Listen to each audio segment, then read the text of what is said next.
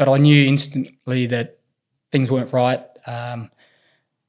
She asked me to come over, and she really embraced me and gave me a really meaningful, and I can still feel it to this day, that hug, man. Yeah, wow. Because I knew, little did I know that was going to be the last ever hug. Yeah. And not long after, she looked at me and we spoke, and she said that she was really proud, and she made the best decision of her life to adopt me, and she's proud to see where I've come from to who I was then, and, for me to look after my brother. And I remember her last words, make the most of every opportunity you get. Wow. That's why we adopted you. Yeah, that's amazing. I was just going to say, is that a real spark or an anchor for you, that moment just to go wow, this woman has brought me over from the Philippines, and in her last word she said, make the most of every opportunity, and you kind of hold that true in your heart to go forward from there? I live and breathe by those words every day. Fantastic. Test, how's that for you, Jill?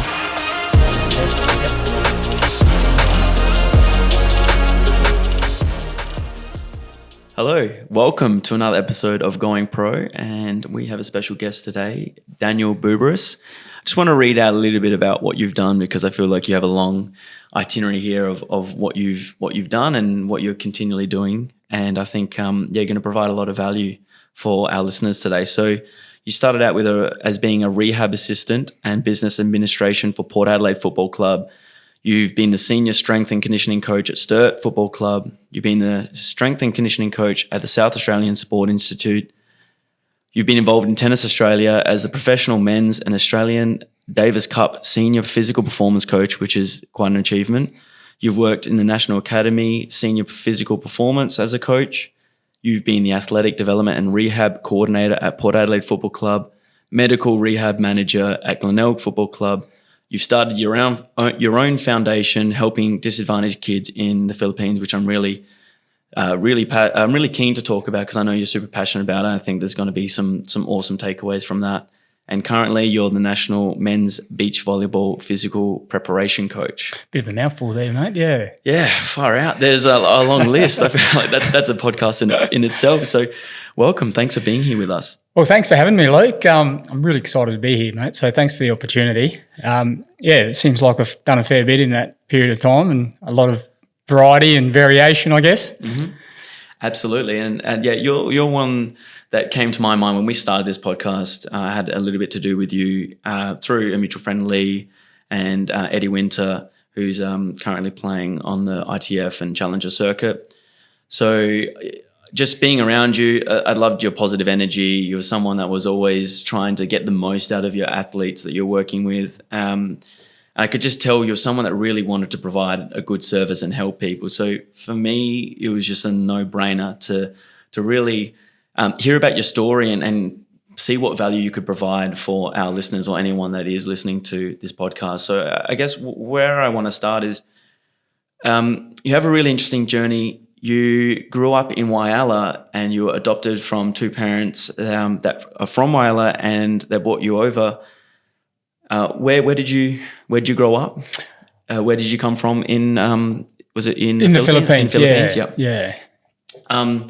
So I guess I want to find out a little bit more about what it was like for you in that time growing up there, because I'm guessing it would have been quite different, and you would have been culturally quite different to a lot of people growing up in Whyalla at the time. Yeah, it's a really interesting one, mate, because it's one of those situations where you don't really reflect on it until you probably get a little bit older in life, partly because you've had so many experiences. And I think now that my circumstances have changed with having a family and particularly a young son now, you sort of, by virtue of that, reflect a little bit on the past, because I think that's quite important in terms of how you support and encourage your son as well. And for me, I was adopted in 1981 as a 4.5-year-old from the Philippines in Manila, in a province called Quezon City, which is about an hour and a half from Manila City. And I was adopted by an Australian couple, Peter and Judy Buberis, who were both from Whyalla, and obviously became my adoptive parents. My mother, Judy, was a hairdresser, and also an avid netballer and sports person all round. And my father was a reasonably good country footballer and enjoyed his other sports in cricket and fishing. And he actually grew up in Port Lincoln. So he came from a very rich, I guess, fishing family. And he became a lawyer and moved to Whyalla to set up his practice. And my mother, who was from Adelaide, and I think that's where my father met. My mother was in Adelaide, and then they decided to move to Whyalla. And it was around that point, not long after they got married, that they discovered that my adoptive mother, Judy, couldn't have children, unfortunately, children of her own. And it wasn't until one of Dad's best mates suggested the idea of perhaps adopting at that time. And look, I don't really understand what the landscape or perhaps the perception around adoption at that point in time, given that it was very early 80s, coming out of the 70s. There was a big migration shift, particularly from the Southeast Asian countries that were particularly going through conflict with Vietnam War and what have you, and around Cambodia. Of course. So there was this sort of movement of migration from those areas, and adoption was certainly was becoming a little bit more prevalent in some respects. And you may argue there was a bit of a stigma involved to it. And culturally, it was relatively new to Australia. Whilst Australia was known for having a big European migration post-World War, the idea of having a large migration from Southeast Asia probably wasn't as forthcoming or widely accepted. Now, that might be a bit of a generalisation. So the idea of adopting from Southeast Asia probably wasn't necessarily on the radar immediately with my parents. And it was only years later that I did find out that my dad's best mate, Peter, also named Peter, suggested the Philippines, just partly because, in fact, several Southeast Asian countries. And my understanding is at that point that the parents felt inclined to adopt from there, partly maybe because of the poverty that was, that they were experiencing, very much a third world or somewhat third world developing countries. And, there were a lot of adopted kids or orphan kids. So I think they probably felt compelled through compassion more than anything. And the need for my mother and my dad to, have a son of their own or a child of their own. So they made that decision to adopt from the Philippines of the other countries, which I understand might have been Cambodia and Korea potentially. So they started that process. And by the way, all this information I've only just recently found out in terms of how that all sort of came about just through previous documentation. Is there any reason why you didn't? You didn't want to know, or? Well, that's probably, I can talk a bit more about that down the track, but for me, it's interesting because being adopted when I was growing up, and it depends on how you look at it, I was brought into a completely different culture from, different part of the world, didn't speak a language, I was malnourished, certainly very young, and here I was in a country town like Whyalla that was very much a blue-collar town, BHP's based there, and dare I say, very white. And, being one of the very few minority ethnic backgrounds, I didn't think any different at that point in time because, I was only 5 years old. So this is just a quick note on our podcast sponsor. This podcast would not be possible without the support from 4RT. They are a creative house that helps businesses with their advertising, marketing, and content needs. If your business has a story to tell, then these guys can really help you with that story. And through ATA, they've helped us massively, and we trust these guys dearly, and we feel like they're the best in the business. So they could add a lot of value to your marketing and advertising needs.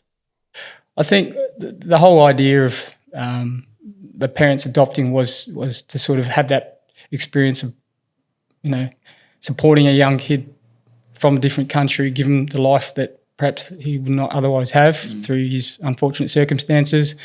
And so that opportunity to bring me into that environment was there. And, it's funny because I went through that period in life, and just getting back to that point earlier was I never really connected with the Philippines.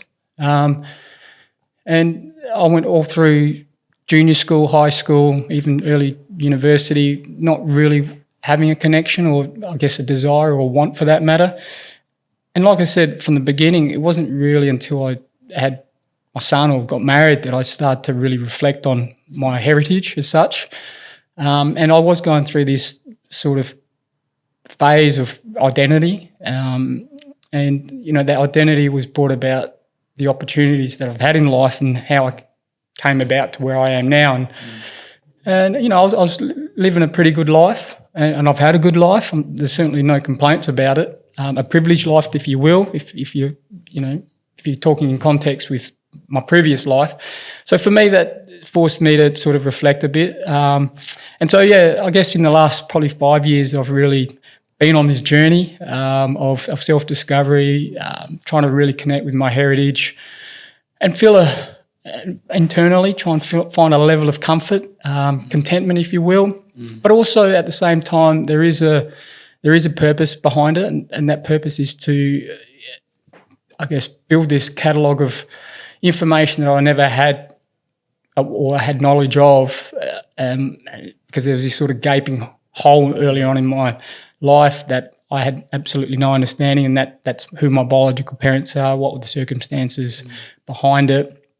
And so for me, it's about understanding that so I can actually pass that on to my son. I think it's very important, not just for my son, but I guess in general, that, your future children or your children should have an understanding of your parents' background, because it's how we develop as humans, how we build our own identity. Like yourself, no doubt you'd speak to your parents and they'd always tell you about their grandparents or their parents and their grandparents, about the heritage, and it's who we are. And so for me, this was just an opportunity, a very good opportunity to sort of explore that a little bit more, but also, I guess, unearth and perhaps rediscover some, past information that I wasn't aware of, just to sort of put the puzzles together. And I'm still going through that journey and that process, but it's an exciting one, because I don't feel any anxiety around it. I certainly feel a level of anticipation in terms of what can be or what can come of this. But also, I am protective of my own emotions in that I could be led to some disappointment. And I sometimes wonder, how will I deal with that if one day I do decide to find my biological parents? How might I manage my emotions in that state? So there are unknowns at the moment, but it's exciting. And that, I think, is a really important part of who I am in terms of, finding purpose in life. It has given me more of an outlook, more of a positive outlook around the whys of why am I here type thing. And these are all sort of, deep-hearted conversations, but I guess, this has all been accentuated over the years, partly because of my family and my son. So, and a lot of the experiences I've had in the past have shaped a lot of where I am today, as with most people. And it's all about, I guess, finding meaning as well. Yeah, absolutely. And really from there, it's then honouring that. And, it's funny because I guess a lot of what I'm going through isn't too unfamiliar with a lot of adoptees. And a lot of it is about finding identity. It's also realising, or which is, I guess, being activated by the opportunity you've had in life, because you do realise that when you are adopted, that you are given and presented with many opportunities, because you are adopted by wealthy people or by well-off people who come from quite middle-class families. So you are going to be presented with opportunities in life. As simple and as easy as it may sound, it's not, because you've been removed from a cultural environment that you were born in to then into an environment that is culturally different, and you do stand out as the different person. And I think for me, and I'm not looking for pity here, but for me, I knew I was different. Yeah. I only need to look back at a lot of my school photos, and I was the only Asian kid there, or let alone the only Asian adopted kid amongst all of my friends. So, but I use a lot of these experiences and analogies to sort of try and instill in my athletes, because, whilst they're on different levels of the spectrum, there are parallels in terms of athletes trying to find identity of who they are as an athlete, but also encouraging athletes to realise the opportunities that they've been given and, learn to value those opportunities. And I think that's what really drives us, or drives athletes, is that, once they sort of discover that, and that discovery just doesn't happen overnight. It's a long process, but it's also a process of direction and support and attention with that particular athlete to help nurture them through that, because the penny does drop, particularly for those that are in stable environments, that they do realise suddenly, I have this wonderful opportunity, I'm going to make the most of it. And it can quite literally turn overnight, and suddenly athletes have these little bursts of performance outcomes that just elevate them to the next level. And you see that a lot. And each to their own, each has their own triggers and reasonings. And I think really, I guess in my role these days, it's more about identifying that with the athlete and then nurturing that and then working with that along with their team, whether it's in an individual team, i.e. tennis, or as a collective team, as in a football team. So yeah, I've used a lot of my experiences, particularly in the last 5-6 years, to really sort of connect my experiences to what perhaps the athlete is going through. And for me, that builds a really good relationship. I think it also allows me to be a little bit vulnerable to the athlete. Yeah, absolutely. That's important. It is, yeah, to show the more humanistic side, and to not only the humanistic side of the relationship, but the humanistic side of the journey of trying to become an elite athlete. Because it's not all, it's not a straight road. It's certainly not a straight road at all. And yeah.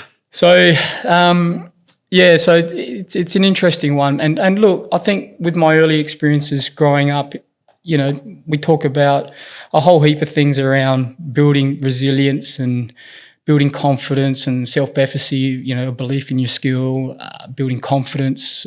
And I guess ultimately what it is, it's somehow trying to socially fit into a particular demographics, whether that's in a sporting population or whether it's just in a normal workplace or school or university population. So for me, I went through that process sort of blindfolded, to be honest, I think, as most kids do. And I think you do get to an age where the realisation of what's actually happening around you starts to become a little bit more prevalent, and you start to actually really start to connect.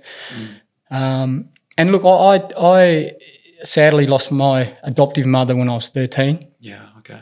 So having moved from Whyalla after living there for 4 or 5 years, we moved to Adelaide. Mm-hmm. And I started at Glen Osmond Primary School there. It might have been year 4. And then I went to Rostrevor College up there in the eastern suburbs, just on the foothills there. Mm-hmm. And I went to that school partly because my father was an old scholar there. It was also very much a sporting school, had a very rich history of sporting success, particularly with Australian rules football, footy. And my father was very well established at the school, having been an old scholar, but also being involved in sports committees and then on the school board when I started at Rostrevor. So I started there in 88.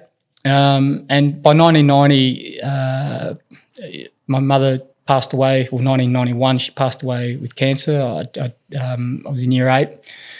And it wasn't, again, until years later I found out she'd actually was diagnosed with cancer when I was in year 6. So, okay, yeah. But I was just going to say, how did you navigate that as a young teenager? Yeah, look, as a young teenager, I was very much heavily involved in sport at that time. Did that almost like save you as like absolutely as a way to get through that? Yeah, absolutely it did. In the most simplest form, it was a distraction, mm-hmm. but it was more or less delaying the inevitable. Yeah. But for me, that distraction was great. And it kept me focused. It kept me integrated with a social group. It allowed me to develop really strong friendships. It allowed me to adopt some great skills. It allowed me to apply myself physically. And I enjoyed it. And, I have my father to thank for that, because he himself was a bit of a fitness fanatic, but he obviously came from a bit of a sporting background himself. So he was very encouraging, not overwhelmingly possessive in terms of, taking ownership of my sporting career, but more or less he pushed me, no doubt. But he also taught me some really valuable lessons. But during all of that, when my mother passed away, look, it was a confusing moment. And one thing I haven't mentioned yet is that I've also got an adoptive brother, also from the Philippines, Tom, who's 7 years younger than I was. Yep. I am. And so there was a big age discrepancy, or age gap, I should say, between myself and my brother Tom, and then my father. So, we were living up in Crayford at the time, and Mum passed away sadly. And I'll never forget that day, because I think that day was a really turning point in terms of starting to realise who I was. Because I just lost, in my mind, another mother. Yeah. So I felt empty, emotionally empty. I felt disconnected. And I'll never forget, because I was actually at home with a really good mate of mine, and my mother was down at the Royal Adelaide Hospital, and I get this phone call, and she'd been in hospital for some time now. And she actually had a relapse from breast cancer, and she had just got back from an overseas trip, and the trip was cut off because she had went back into relapse, I guess, with the cancer that had sort of re-emerged, and so which started this dramatic decline in her health. And so she was in the hospital for a considerable amount of time.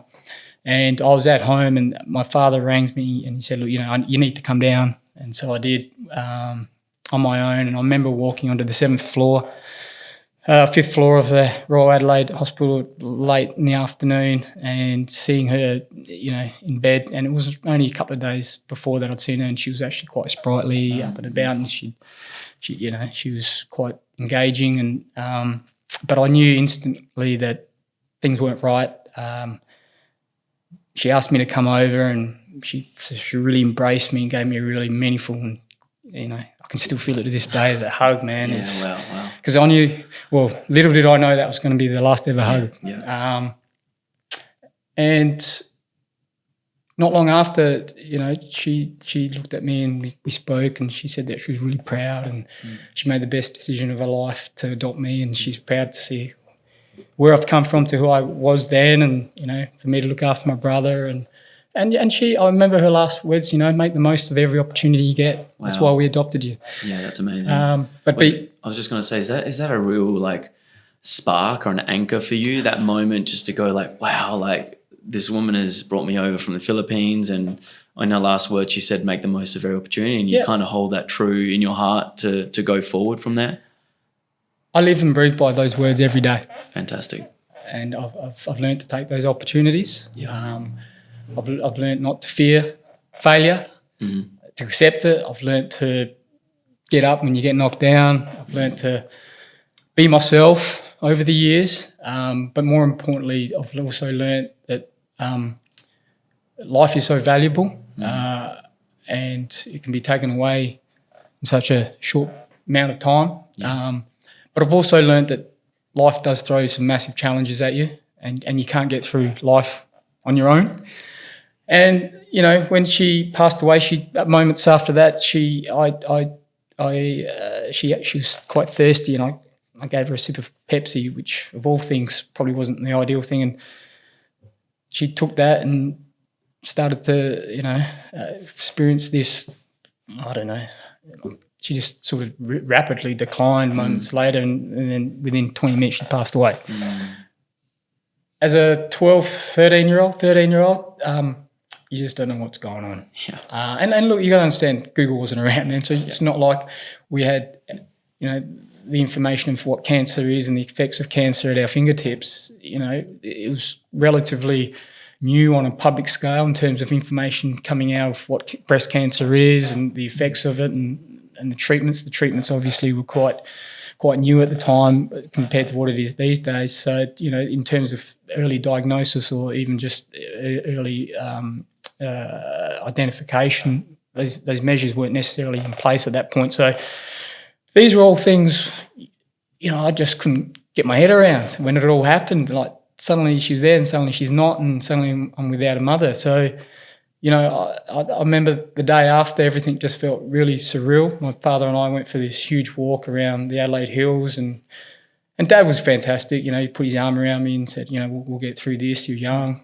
And he was really empathetic, but he was also obviously torn himself. Now he's got 2 adopted kids, or 2 kids of his own that he has to now look after. So, and we were pretty lucky. My dad's got a relatively close family, and so we had a lot of support, and particularly mum's friends and my school friends. So, through that period alone, whilst it was quite difficult, I felt very supported. But in saying that, things, I guess, started to manifest in terms of who I was. And, I went through this really angry phase. Yeah. I became just angry at the world, of just like, why is this happening? And angry because I didn't know what was going on or what everything meant. And I felt whether, and I certainly don't point the finger at my dad, but I just felt perhaps emotionally there wasn't an avenue there to talk to anyone in particular. My deepest concerns were probably more through naivety than anything about, what does this all mean? So, especially in that time as well, like that time it would have been really like taboo to start talking about this sort of stuff, and wouldn't have been so readily available. Whereas now I think it's changing a lot, where it's starting to become a lot more acceptable. Yeah, to talk about these things, and there's people there to open up to, and it's I'd say a little bit easier for some people to navigate if they're going through that. No, you make a really good point there, because I felt I can talk to anyone at that point, and no doubt there were people there that would have been willing to chat, but I just felt, I don't know, I became very closed off, certainly became very angry. Yep. But in saying that, sport provided me that avenue, that distraction, and I gave it everything I had. And that was my saviour, to be honest. Amazing. I built some really good friendships. I was okay at sport, and, I just wanted to do the best. And as sad as it may sound, you don't want tragedy to be the one that ignites your passion and your purpose in life. But for me, it did. And it does to everyone else that's gone through that experience, tragic experience in their own way. But for me, I felt I have to make the most of this now. I really do. And I just committed to becoming the best at what I could do from a sporting sense. I was okay at footy, and I made the footy team, and I really want to do that. But fortunately for me, after high school, that was where it was going to stop, because clearly the AFL wasn't going to take a 4'3". 4'3" little stump. But anyway, that's another story. So I had, and it's funny because I really embraced sport. I really thought I was a chance back then of playing AFL. Mm-hmm. I mean, you got to understand the average height of an AFL player probably isn't as tall, or it was as tall as it is now. I mean, a midfielder's 195 centimetres on average, and midfielder back then was about 172, 170. So I thought I was in a little chance. So once that little flame was extinguished, which was relatively soon after school, I was lost. And it's funny because I talk about athletes or talk to athletes that are lost today, and what really resonates with me, and probably was a really powerful reminder, was that football back then was my identity. So when a player gets injured now and is removed from the training environment, they somewhat momentarily lose their identity. Yeah. And I think it's hard for them to grasp that at a point in time, particularly high-level athletes that are getting paid, considerable amounts of money and also rely heavily on that as their career. You understand how it can happen. And, I'm only really talking in a sporting sense. But, once you remove yourself from something that you love, that's something that you've become connected to, that somewhat builds your identity, or, you're related to, or you're associated to, but suddenly you're removed from it, in the sense that your capacity to be able to engage in it is somewhat now being forcibly stopped. For whatever reason, is hard. You see that time and time again, just with athletes when they go through maybe like a really tough injury, and it's been their whole life, and as soon as it happens, it's like they don't know what to do, they don't know who they are. And I guess part of the solution is not defining yourself through the sport and I guess finding more purpose and direction outside of sport and then channeling that into what you're doing, which is what it sounds like what you do for your athletes through the experiences and the upbringing that you've had. Yeah, absolutely. And that's a really delicate, sensitive process now, particularly in this day and age. Yeah. And it's more to do with the messaging and probably just the style of communication too. I think by virtue, and I'm not just talking from a strength and conditioning coaching in general, I think now you have to become a bit more of a nurturing-based coach or, a relationship. Certainly that's probably the buzzword is a relationship-based coach where you're building really strong understanding of your athletes through trust and mutual understanding. And also allowing the athlete to build autonomy to make their own decisions as well, but also understanding that there's an obligation there and responsibility to the team, and whether that's with you as a coach or with the actual team. Versus, back then it was very command style or authoritarian style. Yeah, it's changing a lot. Yeah, and it's very direct. And I think we're quite dismissive a lot of the stuff, and more often than not, that type of discussion wasn't necessarily accepted in a sporting environment. Deal with it in your own time type mentality. Whereas now that's widely accepted as part of your holistic approach to performance. Is to let's talk about it in the sporting environment. Let's bring it into the workplace and let's talk about it, because what you do here is going to directly impact in how you perform on the court or on the field. So. It's great, I think, absolutely. I still think we've got a long way to go. There's still a lot of athletes that struggle a lot of the time with that, whether they're equipped with the skill set to manage it through their own personal experiences with their families or within their families or their own network of friends and support. But ultimately, when an athlete comes into an environment, the process these days is to sit them down and have a really meaningful chat about what they want in life and, what drives them. And, you're really sort of digging deep into terms of why are you here and what is it that you really want. So is that your starting point when you work with someone, to really just get a sense of why are we here together? What do you want out of this? What are your goals? What are your visions? And how can we create a map to get there? Yeah, absolutely. And I think by my own nature, depends on who you talk to. I'd like to think I'm a genuinely caring guy. Yeah, that comes through. Very authentically. Yeah, and I make a really conservative effort to show compassion because I know what it's like to not have compassion. Yeah. I know what it's like to not feel cared for, and that really drives me. That makes me want to really engage in that. I want to know you, man. Yeah.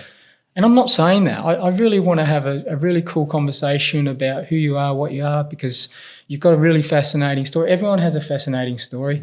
And a lot of those stories are the reasons why you're here in front of us, in front of me, about to engage in something that you really love at the highest possible level. So let's talk about it. Let's chat about it. And you listen with intent and you listen with a really open mind about who that individual is. And this is all about the power of connection.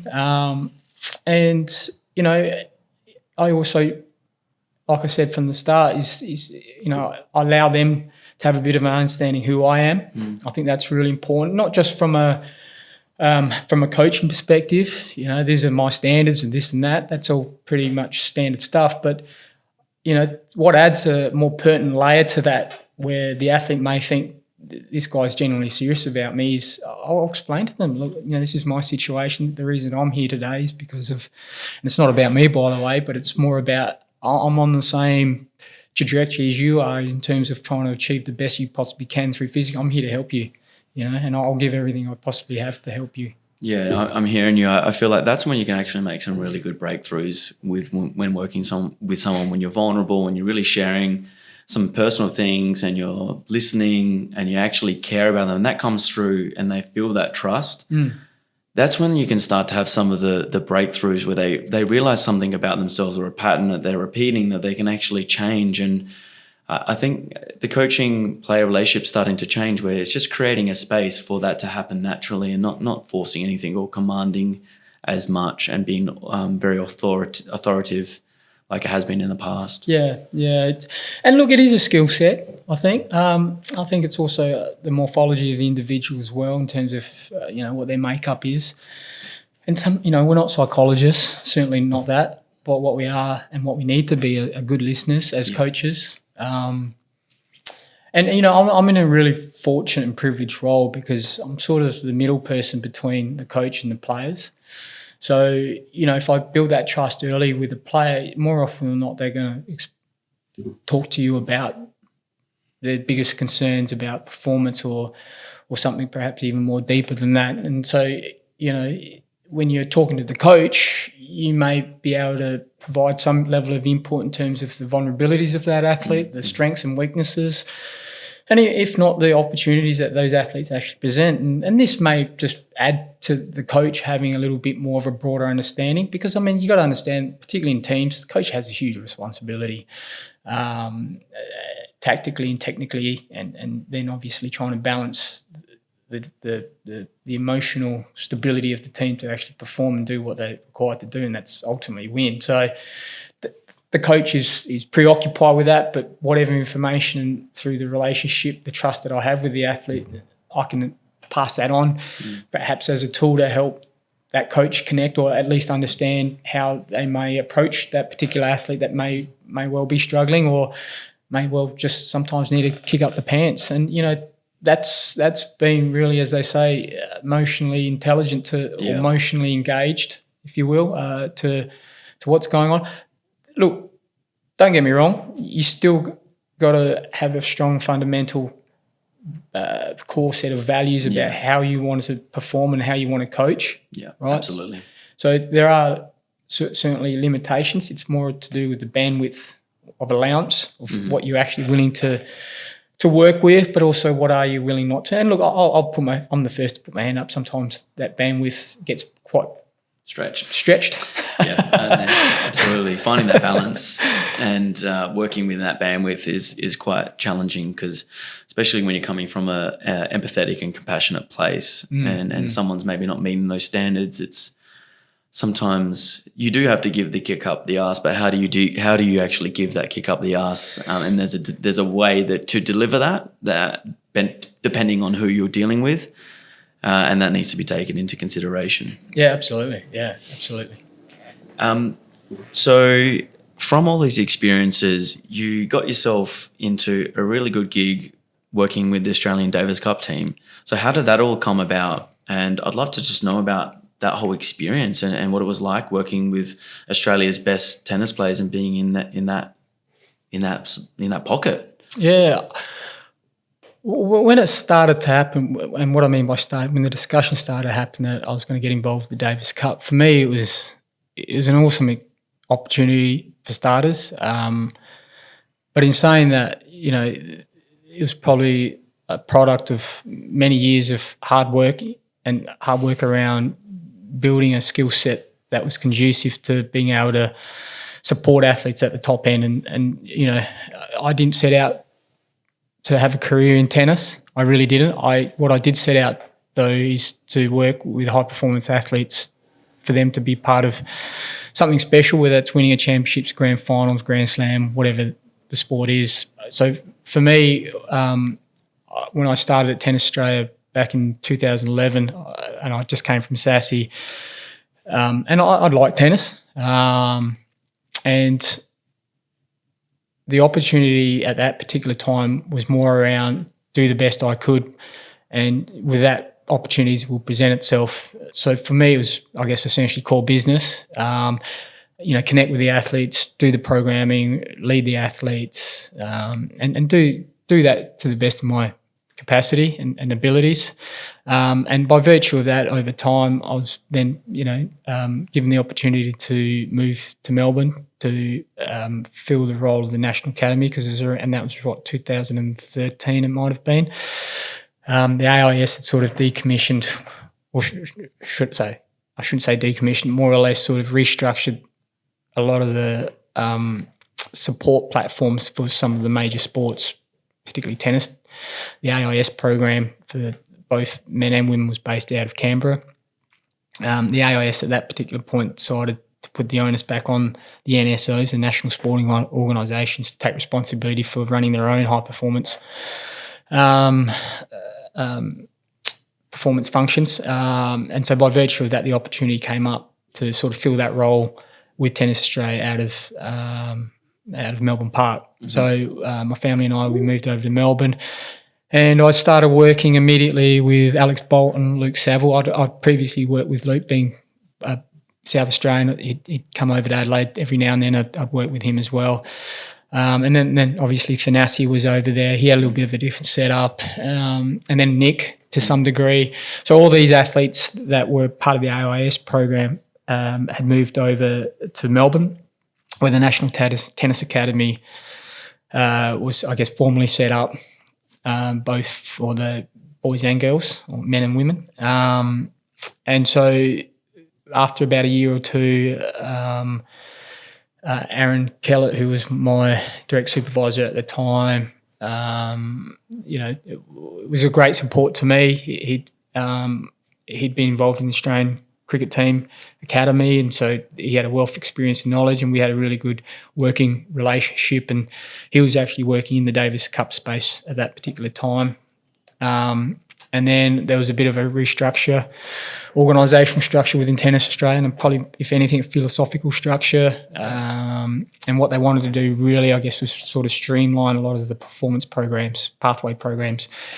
And through that process, Aaron decided to move on. And so that opportunity to be in the Davis Cup space presented itself. And I was very fortunate by that stage to have already worked with Lleyton, particularly in his last 2 years, along with his other trainer. And I was more or less just, I guess, filling the gaps with Lleyton when he was in Melbourne. He spent a lot of his time up in Sydney. So I had a really good relationship with Lleyton. And I admired Lleyton for who he was and the athlete that he was, and particularly the successes that he had. And so, I remember one day with Lleyton, we'd all admired Lleyton, particularly if you're a tennis fan, to have Lleyton sort of come up to the gym and, say, Boobs, which is my nickname, he said, take me for a session, throw everything at me. So, okay. And you're sort of a little bit reluctant, oh, hell, I don't want to injure you, but how much do I give you? And he just said, mate, you just dish out whatever you've got. So I remember we went to the back of the MCG, and I'd done a couple of boxing sessions, and I got into Lleyton, and it was good fun. And Lleyton's great. He doesn't give anything away.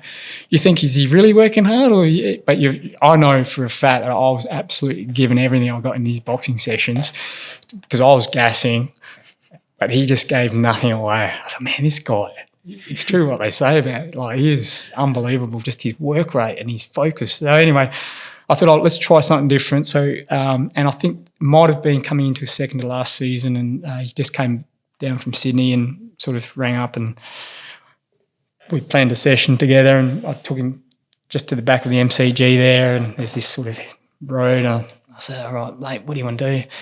And this is prior to us going back then. He said, no, I want to do a bit of running. And all right, so I took him out, and we did these 10 100-metre hill sprints. Then we did these 100-metre running backwards with medicine balls, and just a whole heap of old school stuff. And, and Lleyton like that. And again, that's me. That's not the scientific way. That's, this, you're talking to a Grand Slam former world #1 champion of the sport. You listen, but he knew his body as well as anyone. So I just dished out whatever he was prepared to do. And so there we are at the back of the MCG. I'm absolutely trying to crush him, and he's just unbelievable. So, that was a really, really good experience. And that's how, I guess, Lleyton and I sort of built that relationship. And then once this opportunity came up, and Jason Stoltenberg had just been appointed as head of professional tennis for men, and I worked really closely with Jace. And so Jason and I moved into that Davis Cup space. Jason was the head coach, Lleyton was the captain, and then I became the strength and conditioning coach. So, yeah, my first Davis Cup was, I think, we would have been against Slovenia, maybe, like Slovakia, out at Homebush there. Yep. On grass. We had Bernard and Nick, and it might have been, who else would have been? Thanasi might have been in there. Jordan Thompson, I think, made his debut. John Peers. So, it was a fantastic crew. And it was a really great environment to be around, lots of energy, a lot of history, and Lleyton's all about tradition and history. So, you know, if you grew up with tennis, particularly in the 80s and 90s, you know, watching Lleyton and those guys before him, Rafter and even Wayne Arthurs and all of those guys, it was just a surreal feeling to be a part of it. But at the same time, I also felt that I had an obligation to sort of uphold the standard and what values that Davis Cup was about, and that's about working hard. You know, you had Roachy out there as well doing his 2-on-1s, you know, and just watching old Roach and just getting to know Roach a little bit at the dinners and just being around the court. It was unreal. What a cool experience that would have been. Was there anyone that really stood out to you for different reasons in terms of like what they brought to every session or how they trained and what made them, I guess, really at the most elite level? Yeah, look, I think Lleyton being Lleyton and you know, Lleyton wanted to bring a level of relentlessness into it. Be relentless, win at all costs, you know, fight with grit, you know, all those real hardcore training values that no doubt separates, you know, the best from the rest type thing. So, you know, he brought players in like John Millman.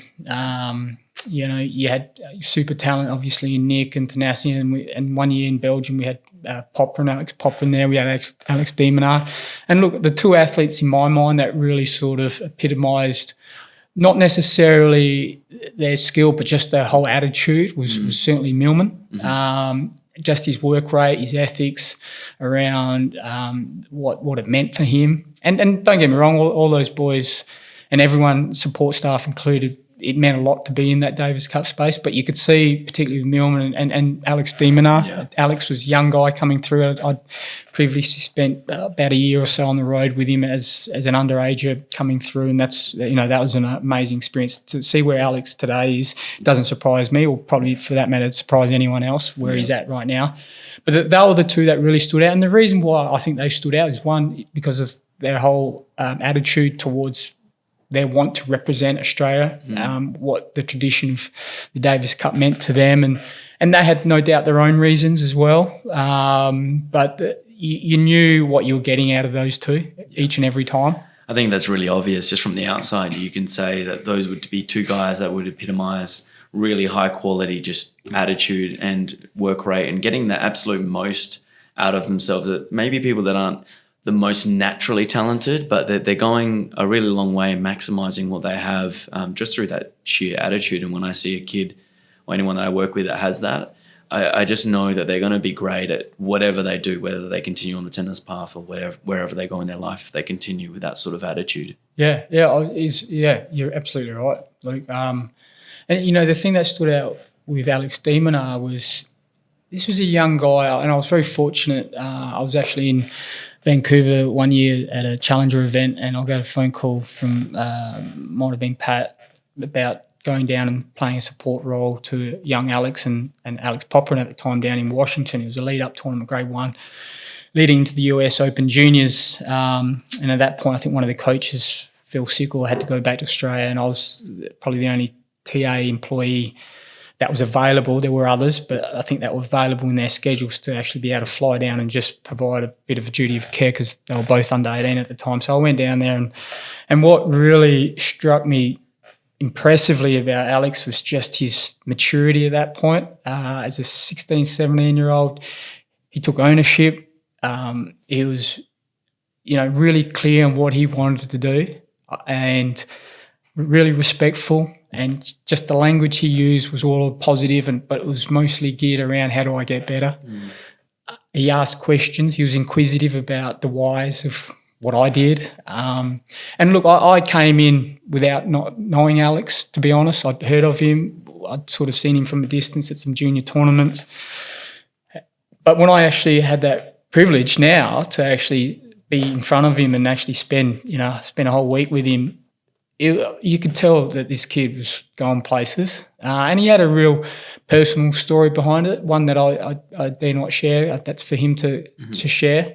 And you could see that he had a real burning desire to be the best he possibly could. And it wasn't about being the best in the world. I think being the best he could would take him to be the best in the world, and that's what really impressed me. So I watched him actually play Shapovalov, it might have been, or Felix in the semi-final, and it was one of the greatest junior matches I've ever seen. Just the fight between these two, and just the level was incredible.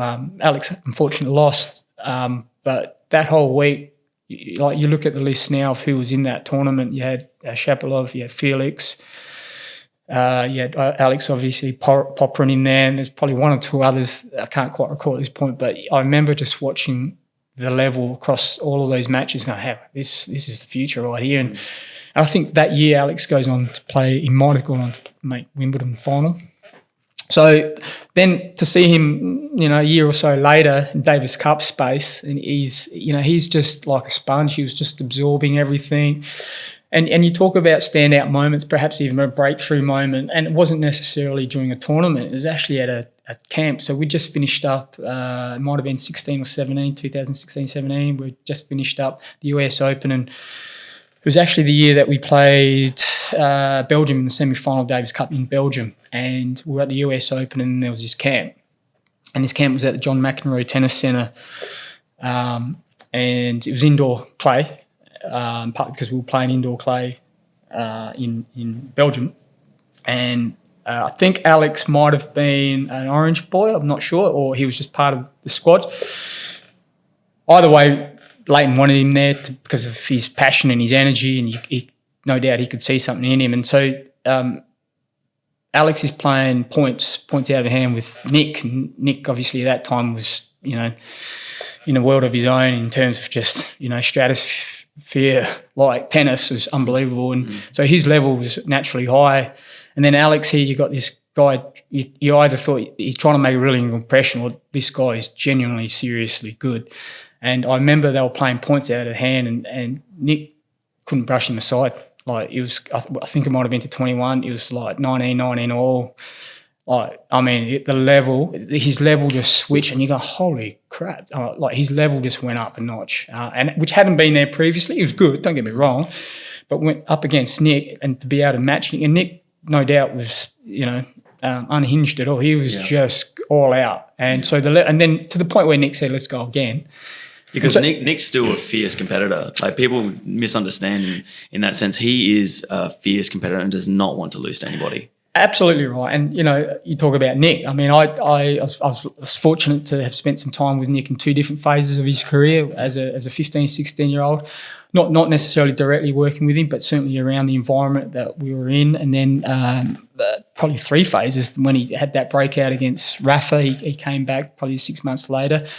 Certainly a different person, no doubt, which was unsurprising. And then obviously when I was in the Davis Cup space as well. So I was privileged to see Nick sort of, emerge as this raw super talent at 15 to, Davis Cup, a servant to, doing what he's doing now. So from a distance, I guess, watching him now. But what I really, Nick is misunderstood, and I'm only just talking from the experiences, and I respect Nick. Look, no doubt, he's volatile, and that's what makes him unique. I think, what he has is this amazing desire, deep desire to really compete. So when he needs to flick the switch, he can flick the switch, and I was very privileged to see a lot of that. And some of the stuff he does on court is just phenomenal. Like, you just sit there and in awe of, man, this guy is unbelievable. So, I was, and Nick does work hard, don't get me wrong. Nick in his own mind, no doubt, has a real high work ethic of when he wants to. Mm-hmm. So, and I think a lot of, particularly the public, they don't see that. Yeah. And I did a couple of pre-seasons with Nick, and when he wants to work, he can work. So, yeah, look, you sort of, as probably no doubt anyone that has worked with Nick, you sort of sit back and see it from a distance now and you go, oh, Nick, what are you doing? But then on the other side, you understand what he's going through. I mean, he's an exceptional talent. So good luck to him. Yeah, absolutely. No, I always wish him the best. Are there any, so when you're doing some standard tests like beep test or like 20-meter sprint, can you give anyone that's listening kind of a benchmark of what these guys are doing at that level with like a beep test score to kind of give us a sense of where they're at that level and where we need to get to if we want to get closer to that elite level. Yeah, look, the testing modalities or the battery test that we used for tennis is, look, at the end of the day, it's, in my opinion, it probably needs to be specific to the type of player. But if you're talking in a sort of an academy environment where you need to test holistically the group, then the beep test is a great standardizer. So when we were at Tennis Australia, when I was at Tennis Australia, we rolled out the beep test, and someone like Jordan Thompson hit 15s. But then you look at his game style and he's a counter puncher. And so his game is built on repetitiveness. His game is built on endurance. So his work rate and his work capacity needs to be high. Yeah. Same with the Blake Mott. I also got to about 220. He ran a 15. But then you look at guys like perhaps Thanasi might not necessarily have the high capacity as Tomo in the beat test, and he might run a 12-13, but that doesn't necessarily say he's a bad athlete. At the end of the day, really it's just a measure of cardiovascular or aerobic power potential more than anything, or at least where they currently sit at that point in time. So for me, I don't take too much out of it.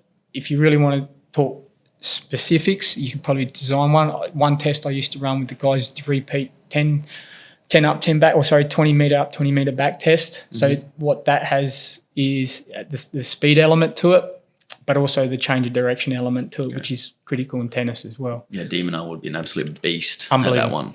Off the charts, right? Yeah, speed, His repetitive nature to be able to move from static to in range and back is phenomenal, and then that's just his natural genetic makeup. Yeah, for sure.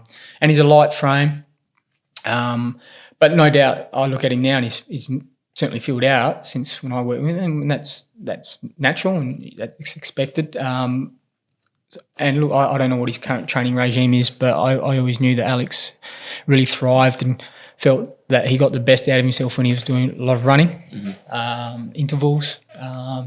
And I think one key to remember if you're a developing athlete, not every tennis player needs to run. It's each to their own. It's very individualistic. But if you do decide to run, get a qualified coach to actually be able to prescribe, because you got to try and avoid over injuries or overuse injuries.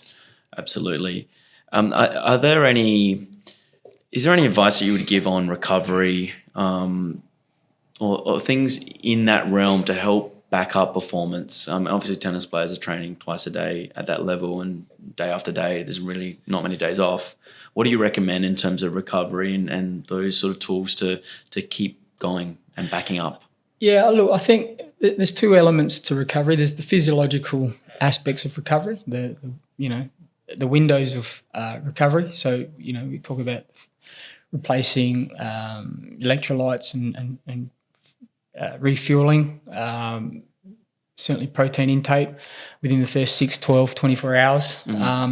So understanding that side of recovery is really important to refuel, I guess, more or less, making sure that you replace lost fluids and you replenish depleted protein. And so, taking and carbohydrates for that matter, particularly if it's been a hard training session. So understanding that, but that doesn't necessarily mean what works for one individual will work for another. I'd certainly advise getting some nutrition advice on that from a qualified dietitian or a nutritionist. So that would be the physiological aspect of it in terms of just from a nutrition perspective. I guess then there's the emotional, mental side of it, just being able to decompress, especially after a loss. The physical side of it, we talk about doing ice baths. Yep, absolutely. Again, there's a certain window for that. There's active recovery, whether it's sitting on a bike, which a lot of athletes do. Yeah, that's become really common now. Yeah, and the whole idea of that is to sort of, unload the lactate that's being built up to sort of stop the crystallization of muscle or the stiffness onset, which naturally results in DOMS, delayed onset of muscle soreness. And because the key is, particularly in tournaments, is to be able to back it up again. So each athlete may choose to do a passive recovery, whether it's on a bike or a swim or a walk or just foam roll for that matter. And then sleep. Sleep is perhaps the biggest one, and that's the ability to be able to just switch off. It's very difficult, particularly if you're playing late at night, and I get that. But perhaps within that 24 hours, being able to program some sleep time in there, and I'm not talking 3 hours sleep. Certainly there's enough evidence to suggest that a 10, 15-minute power nap during the day is quite effective, but also making sure that you get your 8 to 10 hours sleep at night as well, and creating a really good environment for you to be able to do that as an athlete is really important. And it's easier said than done, particularly when you're touring. So exposing yourself to light is not ideal in that sense. So just where you can switch off mentally as well, emotionally, being able to go to bed and fall to sleep as quick as you can is probably a really important critical factor in the recovery process. Yeah, I think that's really important advice, and being able to, no matter where you are, traveling around the world and touring, just finding a structure and a system to be able to keep those habits going is, I think, going to give you a breeding ground to be really consistent in your performance and successful. Yep. So all of these experiences, I mean, you've worked with, amazing athletes, you've experienced so many cool things, and it's only recently that you really have created this foundation called Project 6, and it's really to help out disadvantaged kids in the Philippines, which is what we were touching on earlier, which is connected to your upbringing and how you came over from the Philippines as a young boy. So can you tell us a little bit more about how this came about and what's this all about and what does it mean to you? Yeah, as I was saying from the very beginning, my whole life has been around, I guess, finding a true identity. And that identity is more about understanding where I came from. And in some respects, the why. Why did I come from there and how did I end up here? And by virtue of that, I've built this, I guess, sense of gratitude and appreciation, not just through understanding that, but also through what my adoptive mother did. She was involved in a foundation or a charity when I was growing up, and she was a sponsorship manager, and her work was around raising funds to support underprivileged children in the Philippines, support them through medical support, education, and she raised a significant amount of money over the years, and to the point where she was able to bring children over for craniofacial surgery here in Adelaide,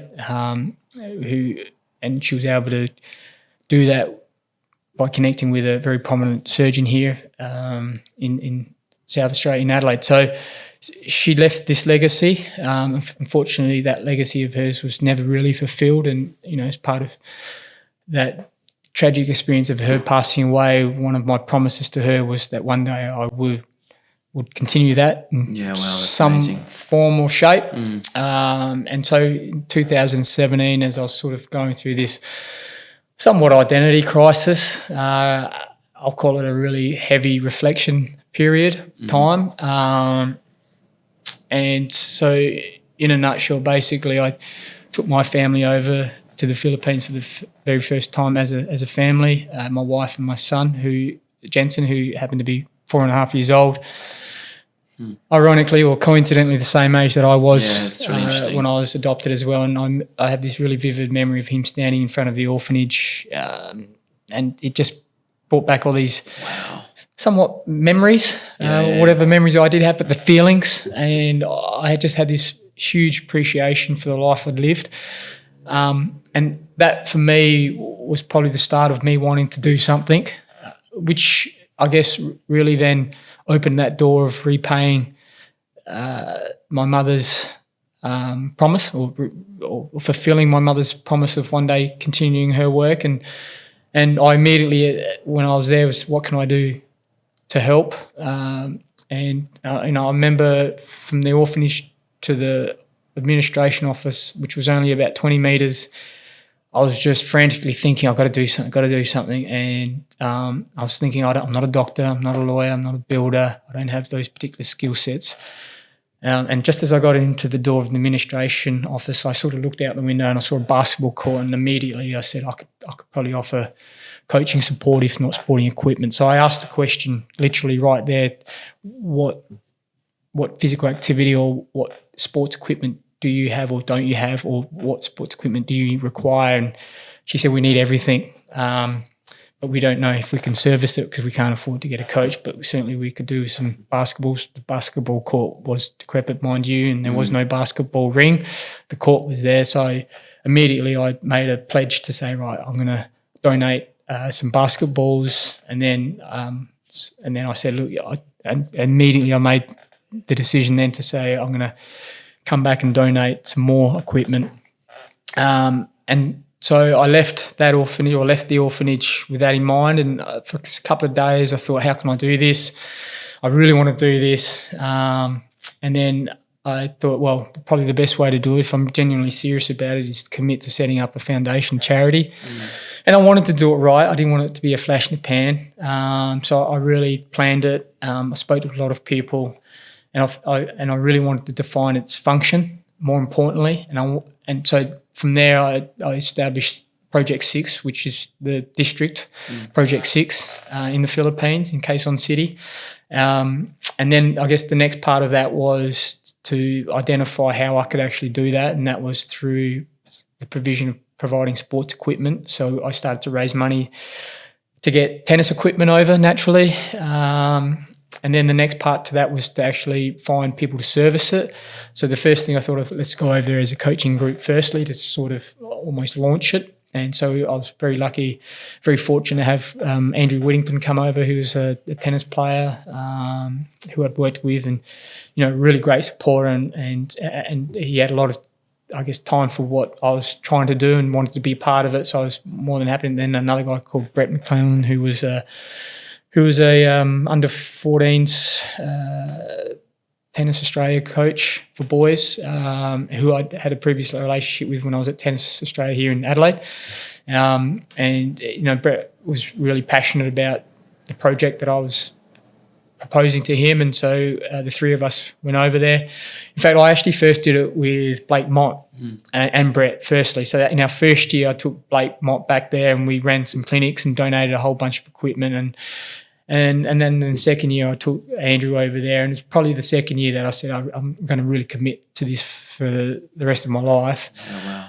And so we started to put things in place, and it started to gain momentum. Unfortunately, COVID struck, and that sort of set us back for a couple of years. But the whole purpose, and certainly the whole foundation of what the charity is built on, is on allowing kids to build an identity within themselves, delivering a level of hope through sports, in the sense that sports can provide connection, gives them a little bit of direction and purpose, and understanding a skill set and teaching them those skills, the social integration of it all. But on a broader level, it's the narrative I've always wanted to talk about and want to be spoken about in years to come, is that if we can implement this program across multiple communities within orphanages and youth detention centres and elementary schools in these sort of impoverished areas, the narrative is that one day, hopefully, that I will bump into one of these young people that years ago had experienced our programs, and they found so much joy in it. They learned a lot, allowed them to connect, and then from there, we were able to go off and achieve the things that they wanted to achieve, and that's, have a family of their own, get a job, and then hopefully give back to their own community. So for me, that is the narrative I want to hear perhaps in 5-10 years' time. And there's a long way to go. It's an ambitious one, but I'm confident that just through commitment alone and a desire to really connect with that project, in time that narrative will be told. I think the first step was to build the respect, though, within those communities. What you find in a lot of those impoverished areas, that everyone wants to do their part. I wanted to be genuine and authentic about it. I wanted to really demonstrate that I was genuinely serious about helping them. So I went over there with the intent to just earn their respect. So I gave it everything I had with Andrew and Blake Mott in those previous years, along with Brett, that we really went out of our way happily went out of our way to just do what we could to give the kids a really good experience, but importantly, build that trust within those communities to the point now where I just came back from a tour about 10 days ago, which is where I coached for Smiles tour, where I this time took over some Australian Rules footballers from the Glenelg Football Club here. And we went over and ran a whole bunch of footy clinics, but also I ran some fitness clinics as well with tennis. And then we went and visited all the orphanages that we had partnerships with and just donated a lot of the equipment that we had donated to us through our generous supporters. So, and just to listen to the kids and listen to the welfare staff talk about how much this means to them, but more importantly, how much this just helps them enjoy their experiences, because particularly, particularly in the orphanage, a lot of these kids don't have much hope. Yeah. This is amazing, Daniel. Like, a lot of people talk about giving back, and I guess people are not happy with government's involvement, and they wish the government could do more. And they always talking about other people doing something. But look at you. You've just, through your experience, you're actually being part of the change that you want to see in the world and giving back to these kids that, you have a connection through your change and your upbringing. And I think that's really inspiring for people to go, you can actually do something. You can actually be part of the change. And I think it's a really inspiring message for people here. And I'd love to hear more about how it's actually changed you as an individual, like how you've changed through the experiences of giving back in the last year since starting the foundation. I think that's a really good question. I think the whole experience of, there's the personal experience, and I guess the personal experience is to reconnect from a heritage point of view, but then there's the greater connection of giving back to the community. Naturally, there's a lot of meaning to it for me, and what it has impacted me on is just my outlook towards the challenges that I may face in life. It's also taught me to become a little more connected to the moment, and not get caught up on the small things, which a lot of people will say, but also it really wants me to. It's allowing me to connect more with people on a more meaningful level. That's something that I've really wanted to do. I have this philosophy that, particularly with the charities, that particularly when it comes to physical activity, you shouldn't have to pay for it. Like, to be able to inspire someone to go outside and have some fun should not cost money. But in saying that, there's elements that you can layer in there that can also not only allow them to go outside and be active, but also teach them skills, and that's by providing sports equipment. So my whole philosophy is around about making sure that these kids have it, but importantly that I connect with it and really encourage the kids to be in that moment. And that's where you got to give yourself a lot. I don't ask for anything. Absolutely don't ask. I don't ask for anything in return from anyone that I take over, other than just be yourself, give your time up. But I really want the people that, and that's the other thing too. The whole idea of the foundations is not about me. It's not about my story. Whilst the story helps to connect the meaning of it, it's about the children, it's about the communities, but it's also about the coaches that I take on with me. I want them to have that experience of being able to give back and using, I guess, the foundation as a vehicle for them to do that in their most natural, expressive way. And so I did that with these, and I want young people to do that, and we talked a bit about it earlier, that some young people feel a little bit lost. I see, I'm a bit older these days, and I feel as a coach as well, I've always seen that as a responsibility to help impact children and young people through providing them experiences with mentorship, guidance, and that's what I want this foundation to be able to do, is give those opportunities to young people to say, come and be yourself, but also give back and be in the moment over there. So I took these two young footballers over there, and I said to them before, I said, look, we're going to go to pretty harsh places. You're going to see a whole range of things. Don't be deceived by what you see. It's the real world. you could be in one suburb that looks like Sydney, and then within a suburb later, not far away from there, you'll be right in the thick of a third world country. And we saw a lot of that, and it was really interesting sort of listening on some of the conversations that was taking place between these two young lads, and they said, I can't believe this is real. Mm. I said, mate, it is real. This is what unfortunately is presented in this life, in this reality. So, and I said, look, we can't fix problems. These are out of our control, but what we can do is make an effort. Yeah, and then that's all I ask for, is you make an effort to really appreciate and give it your all. And they came out of that tour with one of the best experiences, but it's just not that. I don't want them just to feel good. I want them to take some lifelong learnings from that. So for me, that's one of the other objectives of the foundation, is to provide young people that platform. Yeah, it's so true what you're saying. I think because we grow up in such good circumstances here, we often forget how lucky we are in some ways. And if we can remind ourselves how lucky we are to take on these opportunities, which you've been talking about throughout this podcast, I think it's going to help us out a lot. And when we can, giving back. And what's really speaking to me through this conversation is just your authentic nature through it all, your passion to really be of service, your passion to really give back, and listen to people and help the athlete or whoever's in front of you with their needs. And I think it's a really inspiring message for anyone, any parent, any coach, or anyone looking to help out or provide some service to the youth, or just anyone in general.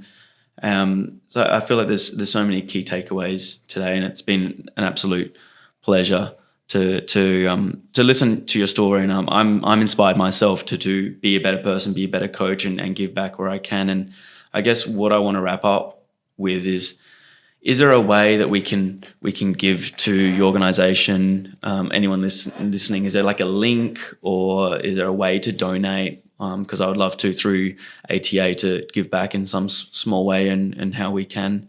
How do people access that? Is that something that you do? Well, firstly, mate, thanks for having me on today.